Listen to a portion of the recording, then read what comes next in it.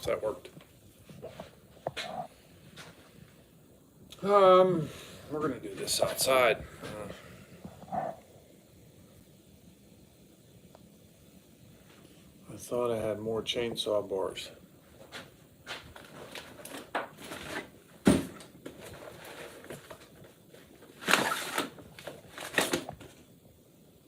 Light and tough.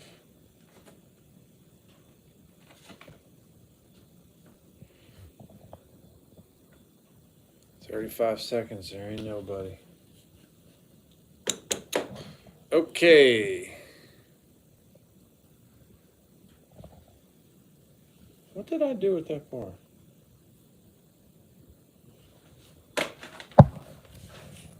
This might be a waste of time. Oh well, I've got to do this.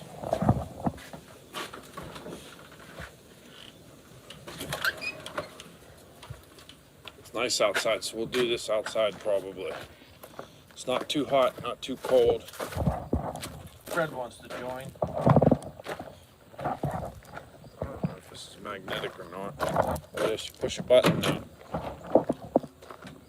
About them apples.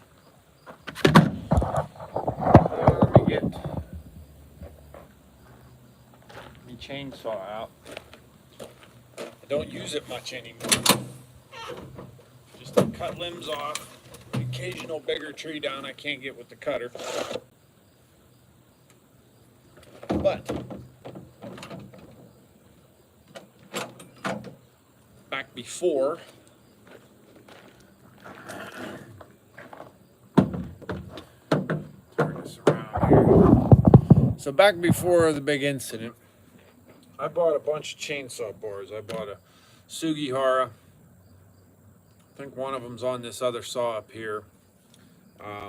The Sugihara lights, you guys know about those. I bought a Tasmora Premium Light. Prima Light's what I call it. I bought these. I've ran these before. These are just the Husqvarna regular bars, and then I bought a Husqvarna lightweight bar. So I promised you guys I'd kind of do a review on it, and I've got some things to say about them. Not all good. The Tasmora, this one here, hey, that fits right there. Look at that. So I'm gonna kind of just sit here, take this off of here, and talk to you just a little bit, not much. Try to explain the problem. So I've been running this one. What I will say about this one is it's light. It's lighter than the Sugihara lightweight. A little bit of hair. I think I got a piece of pizza on it. But it also is more flimsy. It's got more flex to it. But if you're like a kind of guy that throws a chain and you do a longer bars, it's hard with a 2-foot. But if you throw a chain, you can take the bar and flex it like this and roll the chain back on. If you're one of the guys that do that, I do it a little bit, but not too much. You'll enjoy it because this is very, very flexible. Because the only part that's steel on this is right here and right down here at the bottom. These two spots. And for whatever reason, I can't keep a chain in this bar. You hit the slightest little stick, twig, and it just walks the chain right off the bar. Some people say, oh, you're running it too loose, you're running it to this, to that. I know how to run a chain bar. I cannot keep chains on this. It seems to be hard, plenty hard. It's holding up good that way. One thing I don't like about it is it loads up with schmutz real bad, like in the groove here. So what I'm going to do is I'm going to grab this little tool I use to clean this out. 1 second.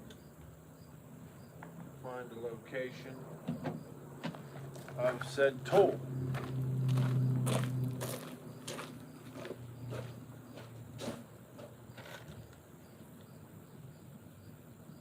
Wow. That's embarrassing. I don't know where half my crap is anymore.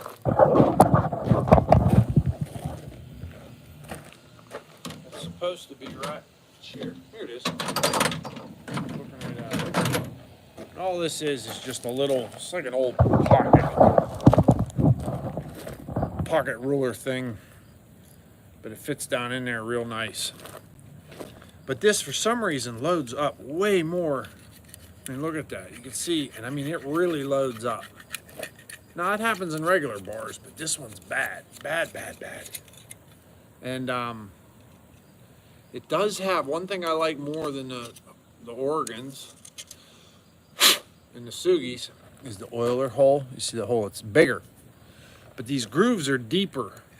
And I think that also contributes to the fact that it's more flexible because there's less solid steel. But these were more expensive than the Sugiharas.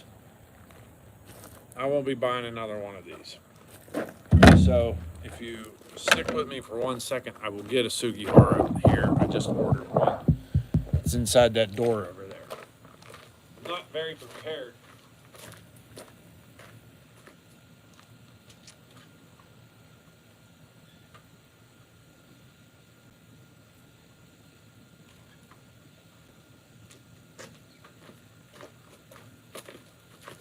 Ordered this from Stalls. That's how they ship it. They do a good job of wrapping it up their shipments. I should have some straps in here for my 3/4 inch bucksaw chain.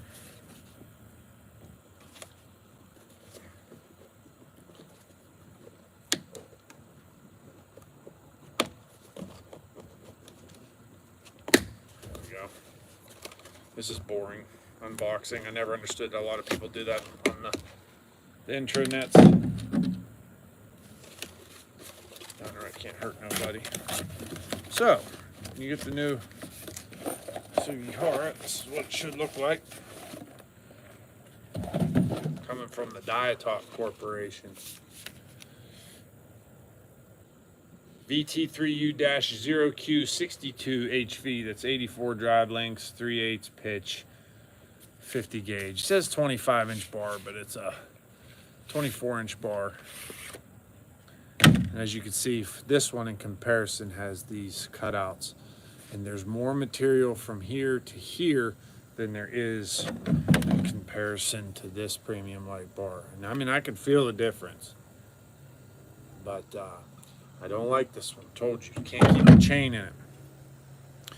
These ones, I have ran into issues with them where you'll get one that's harder than the next. So you have one that'll wear out prematurely and one that'll last you forever.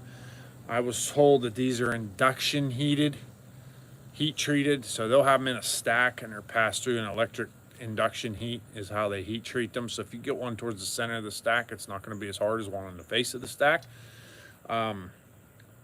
As like Canon bars, they are all flame hardened. Cost more, but you get a better product. So, and then these are just the Husqvarna, the X-Tough. I don't know who makes the X-Tough bar, but they're basically, the old Husqvarna bars used to just be an Oregon bar. They last the same as an Oregon bar, and Oregon bars are what they are. They're cheap. They do what they're supposed to do. They wear out a little early, but they're all right. Some people run only those. And then the Husqvarna lightweight bar, all that is this bar with Husqvarna stamped on it. And I remember when that happened, I was a little sour about that because I was like, Canon comes out with a lightweight bar, Sugihara made a lightweight bar, Tasmora made a lightweight bar, Still makes a lightweight bar. Husqvarna doesn't. They just take somebody else's product, rebadge it, and call it their own.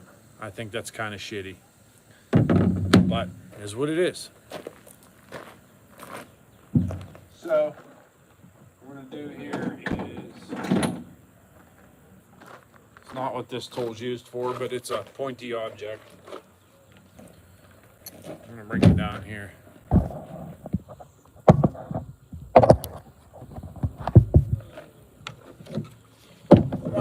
want to do is, this is your oiler right here. You want to just, you get smuts in there, you want to clean that out.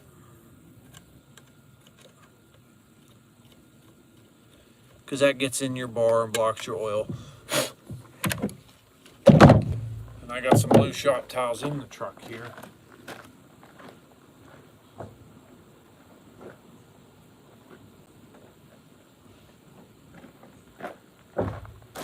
We'll get right here an old courtesy wipe. I mean, this is just general stuff. Nothing fancy. Just general maintenance things you should do. Wipe your cover off. Clean your air filter out too. I'll do that a little bit later with the air compressor after I'm done with the camera. These things don't like to hold up. Those little rubber boots tend to just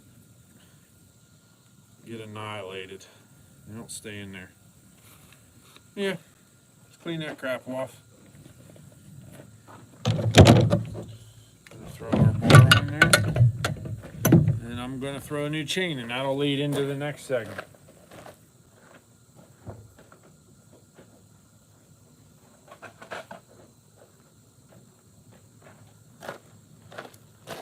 Chain I have been running is the Power Cut 72 EXL Oregon. It's not my favorite, but right now it's my favorite of what I can find, affordability wise too. They're about the best bang for your buck. I tried this Still, Archer, Forester, and Oregon 72 LGX, which in my brain was still the best chain that Oregon made. Now, Husqvarna has two different brands. Let's go inside and see what they are. I forget, one's like H46, I think. I don't want to mislabel these. Or H47, I can't remember. And Nate, if he sees this, he'd leave a comment, Ohio logger, because he knows. So this is the X-Cut, the C83. That's the newer version. I'm not really a fan of it. Then here's the Archer. I had a couple of these and tried them. Not really a fan. They sharpen nice. Here's Still. Awesome chains. But they just, they're expensive. They're pricey unless you have, some people will find in places cheaper than others. And I had some old LGX boxes here so you can see what they look like. I don't know where they went. But I forget the number of it was the original Oregon chain. Nate knows it. I call him and ask him because there's a place over by him that is still sells it. H46, that's it right there. So it'll look like that. Or H48, I'm sorry. H48 or H46. But it'll be in a bar. It'll look different. It's 47. Can't remember. One code's for 50 gauge and one code's for 58, I think. We'll go inside. There's Fred. Fred's bored. So, every chain I put on the saw, you got to put a little bit of, give it a little love. You've got to do the old, I touch the rakers a little bit, put a little bit of take a file and put a little edge on it. And I have some Husqvarna files in there. They're a coarse cut. I bought them at the show last year. I've been waiting to try them. I've been going through my preferreds and my Save Edge is the best file I ever came across, but of course they don't make those anymore. Ooh, watch your fingers. So, this gets the job done. It's all personal preference. I know some people that like other chains. They like the Archer, they like the X-Cut. It's all what works for you. I'm not going to tell you. I'm just telling you what's best for me. So, if you can't tell, I'm rusty at all this. What's going on here? There we go.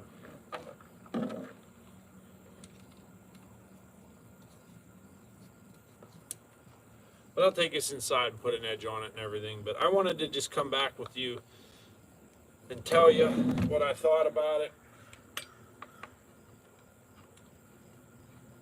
Let me tighten this up and I'll just do a quick review of everything in case you're late to the show here. I got some trees that got fence in them, and I hope I don't have to worry about hitting them here. The job I'm finishing is just full of fence rows everywhere, just randomly. They must have had farm sheep or pigs or something. A bunch of little pastures. So, in review, Sugihara. It's the best bar I found for your bang for your buck for lightweight. The best in quality, I would believe, is the Canon lightweight. But they're expensive and they're hard to come by. They're more than double these. And then this was that premium light I tried by Tosmora. I don't recommend, if you're going to cut firewood and just firewood, that's fine. If you're doing anything where there's limbs, stay away. It just walks a chain out like crazy. It throws the chain all the time. I don't like that. Maybe it's just this bar, but I'm not wasting any more money on it. The Husqvarna brand regular bars, they're good for what they are. Just buy an Oregon bar. They're cheaper and they're the same thing. Those come with the saw. When I buy a power head, those will come with it. Still lightweight makes a great bar if that's what you want to get a little adapter kit and put it on a Husky or whatever. Theirs lasts. It's a good bar.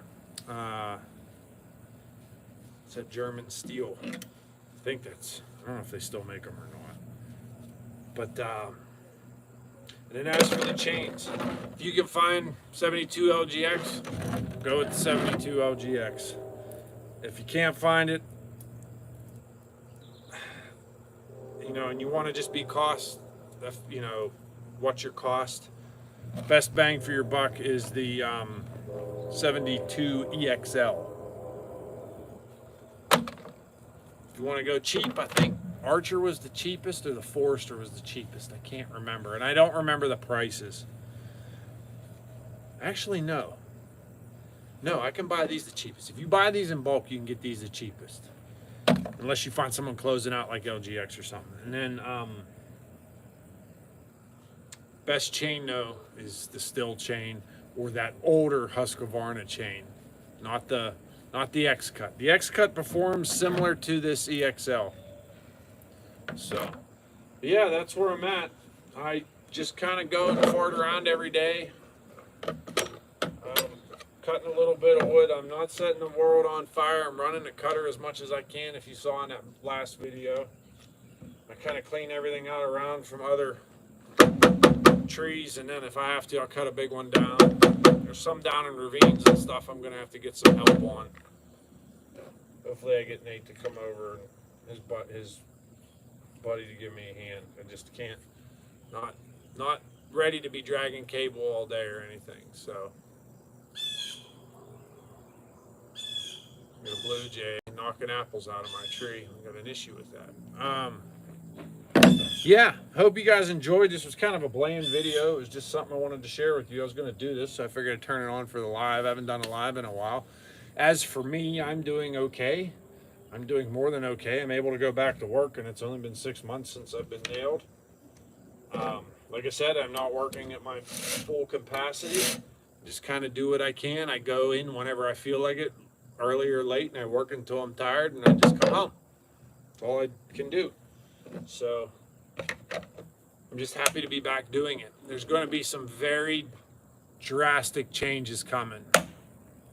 Maybe in the channel, in my work, and how I'm doing things and what I'm doing. So I'm not quite sure how they're all going to unfold just yet. So I'm not going to say any more about it.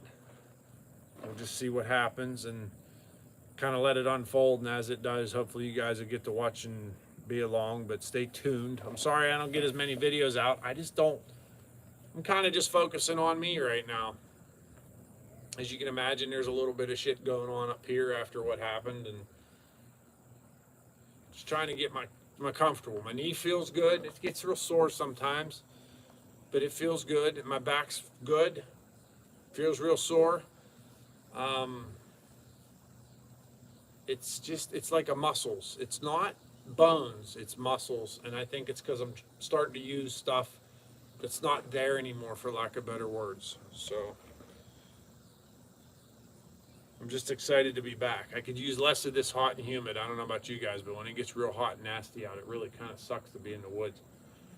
So we're coming down to the end of one job, and hopefully we can get moved into something else and something I can use the cutter on. And I got to be picky now. This is no time to push anything. So I think my days of cutting super steep ground by hand and shit like that are over.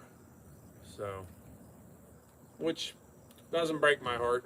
I like to drag cable all day, every day. So, but thank you to everybody that stuck around. Thanks for all the people watching. Thanks for all the heartfelt notes and everything. There was a fellow on here that was from, I think, Mercer or Valant area. He came to my benefit, and forgive me, I cannot remember your name. There's a lot of things I can't remember as of recently for whatever reason. He had some property he was interested in me looking at. And if you happen to see this, get a hold of me, man. I gave him a business card, but who knows? Things happen. I'd still love to come up and take a look at it and see if we can set something up for you. So, but other than that, I'm going to get back to it. I got to put my crap away and get some things to tinker with in the garage and just kind of do my thing. So, all right, everybody. Thanks for watching. As always, don't let your meat loaf.